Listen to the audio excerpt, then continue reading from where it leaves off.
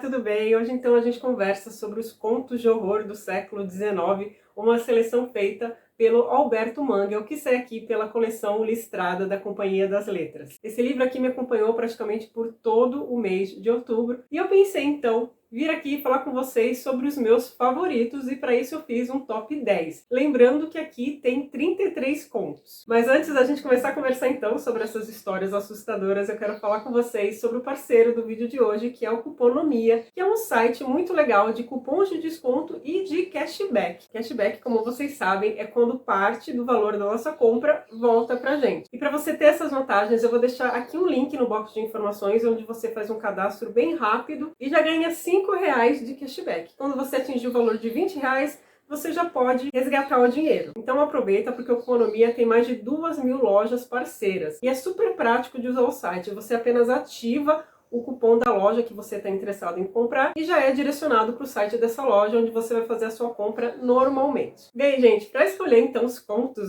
que eu iria falar com vocês, eu peguei esse caderninho aqui, bem basiquinho, e anotei algumas coisas só de cada conto, enredo, autor, ano. Então vocês estão vendo aqui, foi uma coisa assim bem rapidinho. Vocês podem dar uma olhadinha assim que é uma anotação bem simples, mas o que eu fiz? Além de anotar algumas características da história e tal, eu também dava nota. Então cada conto que eu li tem uma notinha. E eu fiz aquele esquema de 0 a 5, tendo os 5 mais, sabe? Caso fosse uma história assim que eu gostasse muito. Então hoje aqui com vocês, eu só vou falar de contos que eu dei nota 4,5, 5 ou esses 5 mais, que são o top 3 aqui. Eu vou começar falando então do 10º lugar, que é de um autor que eu não conhecia, chamado Theodore Storm. E ele escreveu um conto chamado A Casa de Bulleman. Eu não sei como se pronuncia, eu vou deixar aqui por escrito. E eu gostei desse conto porque ele tem uma pegada de contos de fadas. Essa história foi publicada em 1864 e vai contar a história de um homem extremamente avarento. Mas no começo da trama a gente vai se deparar então com essa propriedade muito antiga e a vizinhança ali comenta algumas coisas sobre esse lugar, então já tem aquele aspecto de lenda.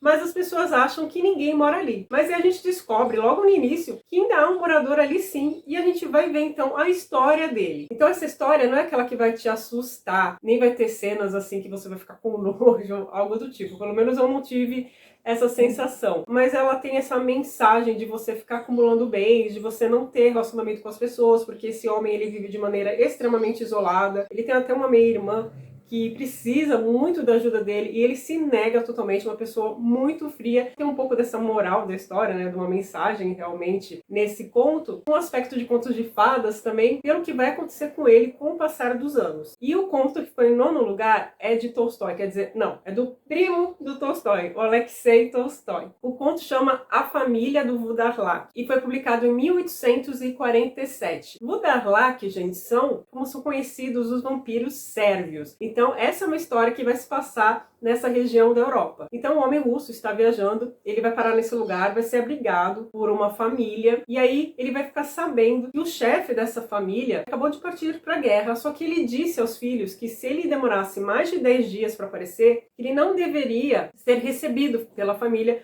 porque ele teria virado um Vudarlak, quer dizer, um vampiro. E aí, o que vocês acham que vai acontecer? Exatamente isso, eles ficam na dúvida de receber ou não o pai, porque está bem no limite desses 10 dias, então já vai começar aquela tensão, mas ele será recebido e várias coisas vão acontecer. E tem uma parte assim de perseguição na história que eu gostei bastante. A descrição assim causa um pouquinho assim de terror. Não é nada assim que vai te deixar morrendo de medo. Aliás, nenhum conto desse livro me deixou assim. Então, se você é dos mais medrosos, tipo eu, pode ler esse livro tranquilamente, que eu acredito que você não vai ter nenhum pesadelo. Eu, pelo menos, não tive. O 8º conto também é de autor que eu nunca tinha ouvido falar. Ele se chama Léon Blois. Eu acho que fala assim porque ele era francês. Esse conto foi publicado em 1894 e se chama A Fava. E eu escolhi esse conto para estar aqui nesse top 10 por conta do final dele. Gente, eu fiz uma careta e eu acho que até soltei um gritinho assim no final. Então, assim, me impactou, me deu assim um nojo, vamos falar assim. É um conto super curto, é a história de um homem que era super apaixonado pela mulher dele, achava que o casamento dele era maravilhoso, a mulher falece e ele descobre que não era bem assim, que ela saía com vários homens, ele vai pensar em uma vingança e reunir todos esses homens na casa dele. E aí, vocês vão ver o que ele faz que me deu essa reação assim. Bem, é claro que esse livro tem um conto do Edgar Allan Poe, e eu deixei esse conto então na 7ª colocação. É o conto Os Fatos do Caso do Sr. Valdemar. Ele é um conto de 1845. E essa história, ela vai trazer um experimento, né? Porque na época havia comentários sobre a mesmerização.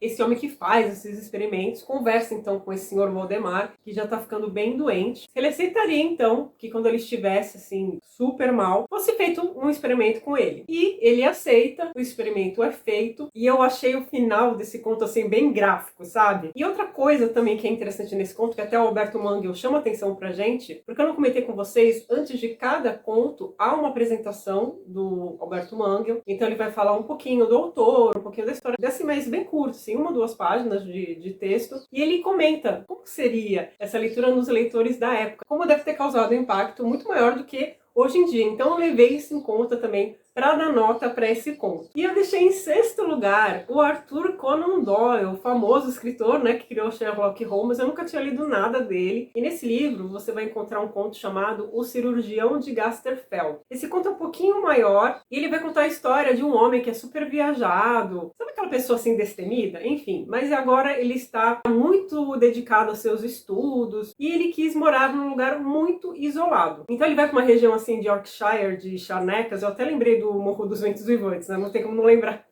dessa descrição. Então ele vai lá para um lugar parecido e acaba primeiro ficando em uma pousada e depois ele encontra uma casa que é mais afastada ainda para realmente morar ali. Só que antes disso ele vai conhecer uma mulher que ela vem de outro país, assim, um pouco misteriosa, mas muito simpática, e ela parece que conhece aquele lugar, o que o deixa assim um pouco surpreso, porque como ela é uma estrangeira, como é que quando ele falou o nome do lugar ela reconhece? Então aquilo deixou ele com uma pulguinha atrás da orelha, e claro, né, que o leitor também. E aí, quando ele passa realmente a morar naquele lugar, ele vai ver que ele não está sozinho. Ele descobre 2 homens, e um é bem mais velho do que o outro. E parece que ele é maltratado por esse homem. E aí, claro, que vão se passar algumas coisas à noite, então aquela questão de você ouvir passos, de alguém querer entrar na casa ou não, dele descobrir o que está acontecendo ali, quem são aquelas pessoas, se aquele homem realmente é um homem muito ruim. É uma trama assim que me envolveu e que eu gostei do final. O 5º lugar eu deixei para aquele clássico, né, da Casa Mal Assombrada, que é até o título do conto, que é da Edith Nesbit. Eu não conhecia essa escritora, esse conto foi publicado em 1903 e eu gostei muito de como ela desenvolveu esse tema da Casa Mal Assombrada, né? Será que é isso que a gente estava esperando? Na história, um homem vai ver um anúncio de jornal que fala de uma casa mal assombrada e o morador estava se colocando ali à disposição para uma pesquisa, para uma investigação, enfim. E a pessoa que está contando a história, né, que leu o anúncio, acredita que ela conhece essa pessoa que está morando nessa casa. Só que quando ele chega no lugar, ele vê que não era quem ele estava pensando, que é só o mesmo nome. Mesmo assim, ele acaba ficando por lá, entrando na casa, e a gente vai ver que aquilo dali é uma armadilha. Bom, e eu vou parar por aqui, porque senão, né, já vou ter falado demais. O 4º lugar eu deixei para um conto chamado A Mulher Alta. Esse conto foi escrito pelo escritor espanhol Pedro Antônio Alcarcón, que eu também não conhecia, por isso que eu falo com vocês, né, que eu gosto de ler essas antologias, porque faz a gente conhecer mais escritores. Esse conto, a princípio, até parece um clichê, porque vai falar de uma mulher que aparece nas madrugadas, enfim, uma figura assim bem estranha, que lógico vai chamar muita atenção. Mas como ele construiu a história, toda a trama, eu gostei logo do início, e realmente eu não me decepcionei. Logo que eu terminei o conto, eu sabia que ia estar entre meu top 10. O tema principal desse conto, gente, vai ser a personificação da morte. Então sempre que o personagem principal aqui da história encontrava essa mulher, acontecia alguma coisa.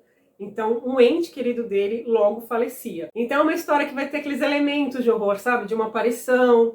Também vai acontecer perseguições na história. Eu gostei muito, recomendo pra vocês. A Mulher Alta. Gente, esses 3 contos que eu vou contar agora pra vocês, eu dei então nota 5 e um maisinho, sabe? 5 mais, assim. Porque realmente foram contos que eu gostei muito. Bom, em 3º lugar eu deixei um conto chamado Tarn, eu vou deixar aqui embaixo. Esse conto é do escritor Hugh Walpole, que eu também não conhecia. E eu gostei muito da história e da reflexão também que a gente vai ter durante a leitura. A gente vai conhecer a história de um escritor que vive num lugar muito isolado. Tem esse Tarn, que é explicado na história, que é como fosse um lago, assim, pequeno, sabe? E aí esse escritor, ele é extremamente amargurado, aquela pessoa que fica correndo as coisas, que é muito invejoso. Então ele não conseguiu o sucesso na carreira dele que ele gostaria. E tem um escritor que ele conhece que conseguiu tudo o que ele desejava. Então o que ele escrevia fazia sucesso, ele passou a ficar com muita inveja desse homem. Mas se a gente for ver, ele também não se esforçou para fazer sucesso. Ele não tinha boas relações, ele não participava desse círculo cultural, né, em Londres. E esse outro escritor, né, que era o alvo da inveja dele, fazia tudo isso, né? Então, além dele escrever, ele também estava ali, sempre ativo, sempre podendo ser, então, lembrado. Só que com o passar dos anos, claro, ele foi ficando cada vez mais amargurado, até que um dia ele vai receber a visita desse escritor, por quem ele sente tanta inveja. Então, ao princípio, claro, que ele vai tratá-lo super bem, mas a gente sabe, né, que alguma coisa de ruim vai acontecer ali, porque, claro, estamos lendo contos de horror.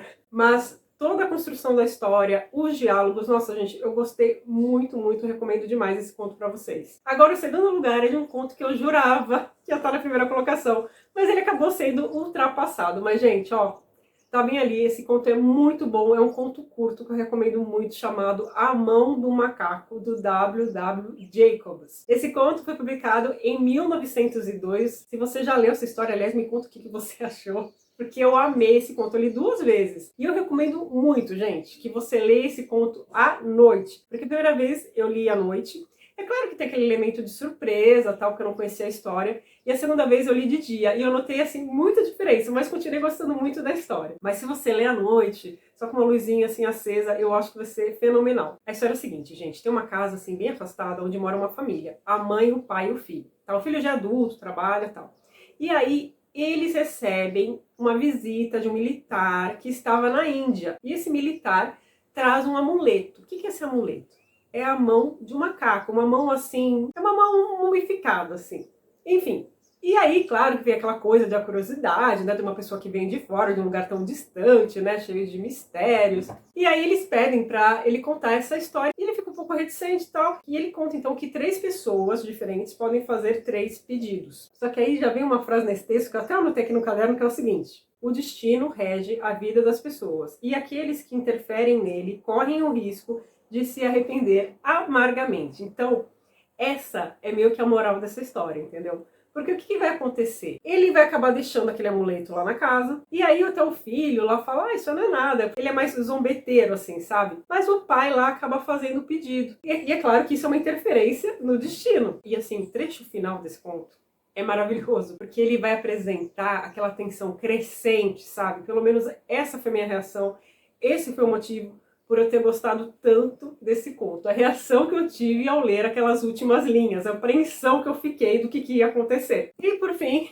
eu deixei o conto barra novela, porque é o conto mais longo dessa edição aqui, sem dúvidas, que é muito comentado, provavelmente você já deve ter lido, que é A Volta do Parafuso, do Henry James. Esse é um texto de 1898, e eu deixei ele em primeiro lugar pela construção toda da história, sabe?